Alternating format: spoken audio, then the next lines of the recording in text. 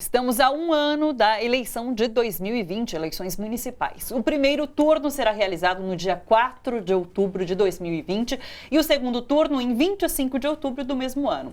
Novas regras eleitorais devem resultar em um número maior de candidaturas. De acordo com uma apuração do jornal Estado de São Paulo, somente Rio de Janeiro, Belo Horizonte e São Paulo já somam ao menos 26 cotados para a disputa de prefeituras. No caso de São Paulo, especificamente, partidos que tradicionalmente não concorriam à prefeitura terão ano que vem seus próprios candidatos. O PSB, por exemplo, com o ex-governador Márcio França, e o PCdoB com Orlando Silva já anunciaram então seus pré-candidatos. Além disso, no PSL, alguns nomes já se colocam como pré-candidatos da legenda. É o caso da líder do governo no Congresso, a deputada Joyce Hasselmann.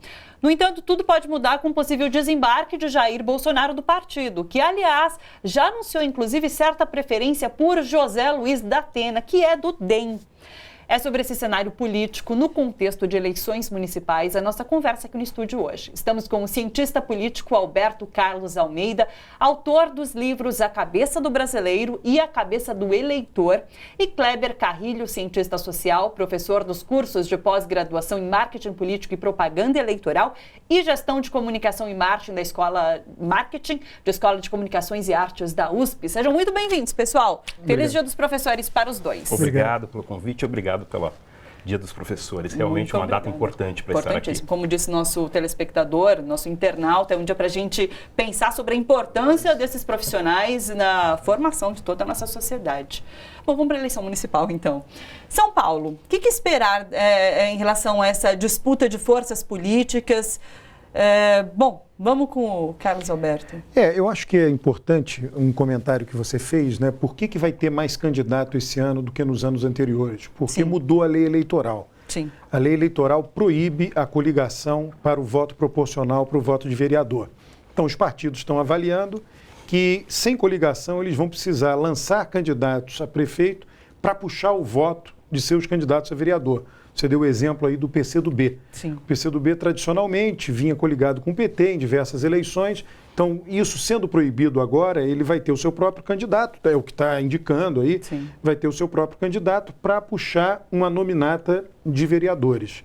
Então, nessa eleição, é possível que isso ocorra, vamos ver. Porque também, quando se aproxima, aí, né, como se diz popularmente, o buraco é mais embaixo. Né, o PCdoB chega lá, vai ver, olha, vamos ter que gastar muito dinheiro com isso, não seria melhor gastar com outra coisa? Pode não sair o candidato. Sim. Mas nas eleições seguintes, se mantida a lei, vai haver uma redução muito grande. Porque essa nova lei eleitoral ela tem um aspecto muito positivo. Ela vai contribuir para a redução do número de partidos políticos. O Brasil é o país do mundo que mais partido político tem. De longe, de longe, de longe. Tem um cálculo feito aí pela ciência política. O Brasil ele tem 32 partidos, mas aqueles partidos que têm mais de 5% das cadeiras em Brasília, da Câmara dos Deputados, tem 16 partidos. É o país que tem, depois quem tem mais, né, o Brasil em primeiro lugar com 16. Depois vem Holanda e Indonésia com 9. Entre 9 e 16 não tem ninguém. Puxa, nenhum país. São muitos, é? Então, o Brasil, de longe Sim. no mundo, é algo absolutamente que não faz sentido nenhum. Não tem 16 propostas diferentes. Nenhum país funciona assim. Sim. Tá, os países funcionam, a grande maioria dos países tem no máximo 5 partidos, de fato, grandes, funcionando. Então, essa lei, se for mantida, os políticos podem mudar essa lei, mas se ela for mantida, ela vai contribuir para a redução. E essa eleição municipal do ano que vem será o primeiro passo. Nos municípios pequenos, que elegem 9 vereadores, 11 vereadores, vai acontecer com muita frequência de municípios pequenos elegerem vereadores de um só partido. Isso é positivo? É o que é, né? Quer dizer, enfim, o município vai ter um só partido, né, na Câmara, do prefeito, como já é hoje. Em maioria, quer dizer, eles são de partidos diferentes, mas o prefeito consegue botar todo mundo do lado dele. Só torna algo oficial e, quem sabe, isso vai gerar no futuro uma competição de fato nesses municípios. Sim. Kleber? Eu acredito que a gente tenha este momento da nova lei eleitoral, mas também um componente importante que foi a eleição de 2018. 2018 deu a sensação para algumas pessoas de que qualquer um consegue ganhar uma eleição. Então, isso faz com que apareçam competidores que, em geral, não apareceriam neste momento. Então, nós estamos vivendo uma nova lei, estamos vivendo ainda um boom da mensagem em redes sociais, mas principalmente essa ideia, olha, eu consigo ser candidato, não só para prefeito, mas para vereadores também. Né? O número de pessoas que estão achando que podem ser candidatas, inclusive por partidos como o PSL, é enorme a partir dessa percepção. Então, são vários fatores que estão contribuindo para este número grande, tanto de candidatos para prefeito, e acredito que lá na hora H, como disse o Alberto, a gente vai ter uma junção de forças, mas acredito que as pessoas até muito próximo da eleição, do momento da inscrição das chapas, ainda vão acreditar muito. Olha, eu consigo. O Jair Bolsonaro conseguiu, eu também posso. Então, esse espírito vai ser muito importante para essa eleição. Outra mudança que eu ouvi falar é sobre a questão do efeito tiririca que está sendo chamado. O que é isso especificamente? Que é o fim do tal do efeito tiririca de... Não, porque ele, na verdade, é o seguinte, é um puxador de voto, Sim. Mas aí a coligação, o Tiririca era candidato lá, é candidato pelo partido dele, lá o PR, não sei, até mudou de nome, né, PR. Então, outros partidos iam em busca de uma coligação do PR, né, com o PR, para ser eleito graças à votação, para aquele candidato ser eleito graças à votação do Tiririca. Sim. Então, isso, na verdade, né, sempre vai ter puxador de votos. Mas agora o puxador de votos será para o seu partido, somente para os candidatos do seu partido. Entendi. O que acontecia no passado é que você votava num candidato de um partido e elegia o de outro. A coligação permitia isso, aquele voto contribuía para eleger o de outro partido. Então era algo que o eleitor nem sabia, não tem obrigação de saber, é um detalhe da legislação. Só que era algo importante, tá, do ponto de vista político, do mundo político. Claro. Então essa balbúrdia vai acabar, quer dizer, essa bagunça, uma verdadeira bagunça vai acabar. Eu espero, para o bem do eleitor, pensando para o eleitor entender o sistema, né? Para a eleição fazer mais sentido para o eleitor, que essa legislação seja mantida, que os políticos lá na frente não cheguem à conclusão que isso foi ruim. Eu gostaria muito que o Brasil tivesse um número normal de partidos políticos, e não esse absurdo que a gente vê por aí hoje. Mas você fala dessa maneira pensando que isso tudo pode cair lá na frente? Sim, porque quem tem o poder de decisão disso é a Câmara dos Deputados e o Senado. Sim. Né? Alguma pressão depois dessa eleição vai existir dos partidos menores. Eles vão perceber, olha, na eleição passada já aconteceu de vários partidos não conseguirem cumprir a cláusula de barreira em 2018. Sim. Tá, a Rede foi um deles, o PCdoB não conseguiu, depois teve que fazer uma junção com o PPL, senão ele não conseguiria hoje o fundo partidário nem o tempo de TV. Sim. Tá, isso aconteceu no ano passado e vai acontecer mais no ano que vem. Outros não vão conseguir cláusula de barreira, a coligação, a proibição de coligação é uma barreira que se coloca. Então, esses partidos menores, dentro da Câmara e dentro do Senado, vão pressionar por uma mudança da legislação que volte a permitir a existência de muitos partidos. Sim. Tá? E aí esse é um dos maiores males da nossa democracia. Quer dizer, Bolsonaro foi eleito porque nós temos muitos partidos no Brasil. Tá? Ele pegou um partido pequeno e conseguiu. Se nós tivéssemos poucos partidos, com todos os políticos lá dentro, a escolha seria mais competitiva. Um candidato do nível baixo de Bolsonaro dificilmente venceria uma disputa interna num partido grande. Sim. Ele só conseguiu ser candidato porque existem muitas siglas no Brasil. Para você sair E isso que vale para presidente, vale para todas as instâncias. Sim. Nós temos muitos políticos ruins no Brasil porque nós temos muitos partidos. Puxa, que interessante, E temos também a presença do dono do partido, que é algo importante. Isso é uma coisa muito comum. Esses partidos pequenos fazem com que haja esse dono, então esse dono aluga o partido. Agora, uma coisa que eu queria destacar aqui é o papel do PSL nesse processo. Como hoje tem uma das maiores bancadas, né? A gente não sabe ainda quem vai ficar, quem não vai. No entanto, dependendo da performance do PSL na próxima eleição, para prefeito, eles vão notar que existe uma dificuldade de se manter sozinhos em 2022. E aí eles podem, inclusive, ser os líderes de uma revisão desse novo modelo. Até porque eles perderiam muito. Chegar a 2022 com ou sem Bolsonaro ou com Bolsonaro enfraquecido seria um grande problema. Sim. Então, talvez ainda eles tentem trazer de volta a ideia de coligação para conseguir, a partir do tamanho da bancada que eles têm hoje, negociar algumas alianças importantes para 2022. Então, 2020, realmente, a gente tem alguns riscos, um deles é que a gente volte ao modelo anterior. Essa coisa de ter muitos partidos, né, que o Kleber mencionou, é algo grave, porque o partido virou como se fosse uma empresa, né? O cara ele ganha dinheiro pelo fato de ser dono de um partido. Sim. Então, alugava tempo de TV, alugava coligação, etc. E aí essa coisa de ser dono de partido, de vez em quando, né, os jornais fazem o levantamento, quem é presidente do partido por quanto tempo? Tem partido que tem o mesmo presidente há 30 anos, 40 anos, só meio faz de conta. Né? O Roberto Freire é presidente lá do PPS, já mudou de nome não sei quantas vezes, sei lá, mais de 30 anos. Como ele e outros, né, a Marina, da Rede, né, e por aí vai. Porque eles criam, são meio faz de conta mesmo, tem a Comissão Executiva Provisória. Né, e aí ele pode destituir a qualquer momento. Se alguém dentro do partido for contra ele, destitui e põe só quem é a favor. São meio faz de conta. Partidos reais mesmo, se distinguissem, não teriam comissão executiva provisória. Sim. Então, ela não poderia ser destituída pelo dono do partido. Claro. Então, a gente está cheio desses partidos, até nem tão pequenos assim, mas que têm donos. Agora, se fossem 4 ou 5 grandes, dificilmente haveria um dono. A disputa interna seria muito intensa. Claro, sim. E mesmo partidos que tinham essa tradição de disputa interna acabaram tendo que rever, porque a competição com os partidos que não têm disputa interna e, consequentemente, conseguem ter braços em vários estados, em vários municípios, fizeram com que os grandes partidos tivessem que tomar essa atitude. É importante a gente notar, quando a gente fala das comissões provisórias, que uma grande parte dos partidos nos municípios não tem nenhuma estrutura eleita. Alguns partidos têm em todos os municípios em que atuam apenas as provisórias. Isso é extremamente importante a gente notar, até porque a legislação não prevê por quanto tempo isso é provisório.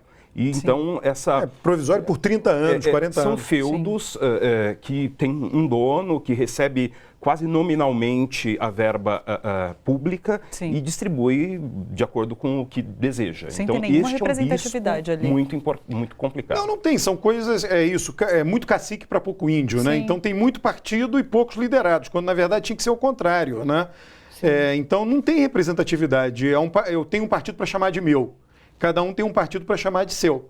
Né, em vez de, olha, vou disputar internamente, se perder, perdi, se ganhar, ganhei, vamos aceitar o resultado da disputa interna. Não tem isso. Perdi internamente, saio e fundo um partido. Que foi exatamente o exemplo da Marina. Né? Perdeu internamente, saiu e fundou um partido. Isso daí são N exemplos assim. Então a eleição do ano que vem vai ser uma das eleições mais importantes, apesar de ser municipal, vai ser importante por conta da proibição da coligação proporcional. Parece pouco, mas não é. Puxa. Estou ansiosa agora por essas mudanças todas valendo. Agora, em relação às forças políticas aqui de São Paulo, vocês acham, porque se anunciou que o PSL chegaria em São Paulo com muita força. Agora, talvez com o Bolsonaro desembarcando do partido, vocês imaginam que o PSL talvez também perca força com isso? O que vocês esperam da eleição especificamente de São Paulo? Depois vamos falar um pouquinho sobre outras regiões, mas em São Paulo especificamente. Eu não acredito que o presidente Jair Bolsonaro vá sair do PSL assim tão facilmente. Sim. Eu acho que neste momento ele está negociando para que o PSL fique na mão de alguém que esteja ao lado dele. Né? Neste momento é um jogo de xadrez importante para a gente ver no que vai dar. Porque sair do PSL resultaria num problema muito sério para a base, a bancada do PSL estaria rachada e uma grande parte não poderia sair do partido, porque perderia o mandato, e mais. Eu não sei exatamente o valor, mas creio que entre 340 e 350 milhões de reais é o dinheiro que o PSL vai receber o ano que vem de fundo partidário eleitoral. Então, assim, eu não acreditaria muito nessa saída neste momento. Até porque, com este valor, é possível, em alguns lugares que o PSL não teria uma performance razoável, o PSL conseguiria levar algum candidato para prefeito e muitos candidatos para vereador a ter algum sucesso. Sim. E candidato da esquerda aqui em São Paulo? Olha, o Márcio França já se colocou como candidato pelo PSB. Sim. Na eleição de 2018, ele teve uma votação no município de São Paulo muito maior do que a do Dória. Sim. Tá? Então, ele tem o eleitor do município de São Paulo sabe quem é Márcio França e já votou nele. Tá? Votou nele uma vez. Então, isso não deixa de ser uma vantagem. Sim. Tá? Então, em primeiro lugar, o PT tradicionalmente tem candidato, não tem um nome forte no atual momento, só teria um nome forte, que seria Fernando Haddad. Ele não se colocou, pelo menos até agora. Não significa que não possa se colocar mais na frente, mas seria o único nome forte do PT. Recentemente, quem acompanha a mídia viu aí a Marta Suplicy andou dando umas declarações, uma meia-culpa, né, foi um erro ter saído do PT, foi um erro ter ido para o PMDB, começou a fazer um discurso mais à esquerda. Ela é respeitada junto aos eleitores de classe mais baixa do município de São Paulo, junto aos eleitores pobres, em função dos céus, dos corredores de ônibus. Isso é uma coisa que guarda lembrança no município de São Paulo. Sim. Então, a princípio, eu viria... Né, mas Marta sem partido hoje. Ela saiu também do PMDB? Sim, mas, enfim, como tem não sei quantos partidos, isso não é um problema daqui para lá. Espero que se torne um problema no futuro, mas para a próxima eleição não é um problema não ter partido hoje, né? Ela terá, se quiser ser candidata. Então, isso não é difícil. Aí teria pela direita Bruno Covas disputa a reeleição, é algo natural, e algum candidato... E tentando se afastar, de certa forma, de João Dória, me parece, né? Apesar de agora eles terem feito algumas parcerias para vir uma grana especial para São Paulo, para a cidade, mas... parece que ele se afasta, enquanto o Dória também faz esse movimento de se afastar de Bolsonaro, Bruno Covas, não sei. O que vocês estão achando? É interessante porque o Bruno Covas não conseguiu... A gente, na comunicação política, ou na comunicação como um todo, sempre fala de posicionamento. É muito difícil olhar para o Bruno Covas e definir um posicionamento. A não ser o sobrenome do avô, tudo é muito confuso. Pelo sobrenome, né? Só. É tudo muito confuso. Então, ou ele começa a definir um caminho de comunicação muito claro para a eleição do ano que vem, ou a tentativa de reeleição vai ser realmente um problema. Até porque o Dória tem outros nomes que ele pode apoiar indiretamente e que poderia fazer um estrago razoável na campanha do Bruno Covas. Como quem? A própria Joyce Hasselmann. Existe uma proximidade ali do Dória com a Hasselmann que pode ser importante para ela. Agora, a esquerda, só retomando um pouquinho, o PT, depois do governo Marta, teve um distanciamento das periferias, né? Então, para o nome do PT conseguir ter um sucesso eleitoral ano que vem, seria necessário essa reaproximação com as periferias, o que não é tão fácil e o Haddad não conseguiu fazer muito bem. Então, essa possibilidade de a Marta tentar reaver este contato com as periferias é algo que a gente precisa observar de forma muito cuidadosa, porque pode ser algo que apareça aí nos próximos meses. Sim. Em relação à região do ABC, nas últimas eleições, as prefeituras foram tomadas por candidatos da direita. Historicamente, a ABC tinha bastante candidato de esquerda, mas isso não é mais uma realidade. O que você espera das eleições aqui para a região do ABC? Olha, 2016 foi o auge do antipetismo. Sim. Eu acho que foi logo após ali o impeachment, então havia aquela intenção de votar contra o PT. Isso foi pior até do que 2018. Muito pior, muito pior. Isso fez com que algumas pessoas que já tinham disputado algumas vezes conseguissem algum sucesso. O PT vai ter de volta os votos que sempre teve? Essa é uma pergunta que a gente precisa se fazer, e principalmente com os mesmos nomes que estavam anteriormente. Esta é outra pergunta. E o PT precisa fazer essa reflexão para começar o processo de apresentação dos candidatos. Porque se houver uma possibilidade de reconstrução de alguns nomes que já eram importantes aqui no PT do ABC, ok, acho que isso precisa ser observado em pesquisa e pode ser algo interessante, reapresentar nomes. Agora, se não houver nomes novos, ou se não houver a possibilidade dos nomes antigos, é importante que se comece a construir os nomes novos. Sim. Isso é fundamental e talvez não esteja acontecendo neste momento, né? Então, estamos a menos de um ano da eleição. Então, há uma pressa para que isso ocorra. De que forma impactaria a soltura do ex-presidente agora, diante dessa discussão no STF? Olha, eu acho assim, tem um impacto óbvio, né, imediato, que ele é respeitado por todo mundo. Quer dizer, um grande negociador político que tem grande autoridade política e moral nas negociações. Sim. Então, ele é um coordenador das negociações, né, e um bom coordenador, ouve todo mundo, né, leva em consideração todas as opiniões e é capaz de direcionar as negociações para uma decisão final relativamente consensual, né? O Lula é conhecido por isso. Então, ele trabalhando a pleno vapor nesse tipo de conversa, isso faz muita diferença. Ele ia se debruçar caso a caso em cada município e procuraria o caminho de menor resistência para as forças políticas de esquerda naqueles municípios em particular. E isso seria algo benéfico para o seu partido e para a esquerda de um modo geral. Para mim, isso aqui não tem a menor dúvida. Não é nem como puxador de voto, não é isso. Tá? É como grande articulador político que ele é. Sim. Inclusive para trazer esses nomes novos, né? Porque talvez o PT tenha dificuldade hoje de definir nomes novos para alguns ambientes sem essa liderança do Lula. Mas ele olha, eu vou te solto dizer, talvez seja mais fácil isso acontecer. Qual partido vai conseguir trazer algum nome novo? É difícil. Né? Essa semana teve alguém fazendo uma reportagem mostrando que os jovens se filiaram menos a partidos políticos, todos os partidos. Sim. Um certo desencanto da política, né? Então não é fácil, né? Antigamente você tinha a emergência de nomes novos em movimentos sindicais, houve movimento sindical, está com menos recurso, né? Então, assim, da onde vão surgir talvez um movimento ambientalista? Sim. Né? Enfim, a gente pega lá os protestos de 2013, que foram protestos que aconteceram nos municípios, né? Que tiveram como detonador, inclusive, a tarifa de ônibus municipal. Sim. Ninguém que liderou aqueles protestos foi eleito para nada até hoje. É verdade. Sim. Tá? Assim, Talvez alguém relevante. do MBL, né? Não, Se a gente assim, pensar eu não vou direito, dizer tá? assim, não é que não vai ter nomes novos, mas é difícil também. Eu imagino que a estratégia do PT seja na direção, inicialmente, que você comentou, que é você trazer os nomes já tarimbados, que muitos saíram de suas administrações bem avaliados. Sim. Né? E aí tem total chance de ser competitivos nessa eleição do ano que vem, isso não tem dúvida. Sim. Falando do ABC, talvez esse seja o caso de São Bernardo. Você tem um nome que tem uma boa avaliação, que é o ex-prefeito Luiz Marinho.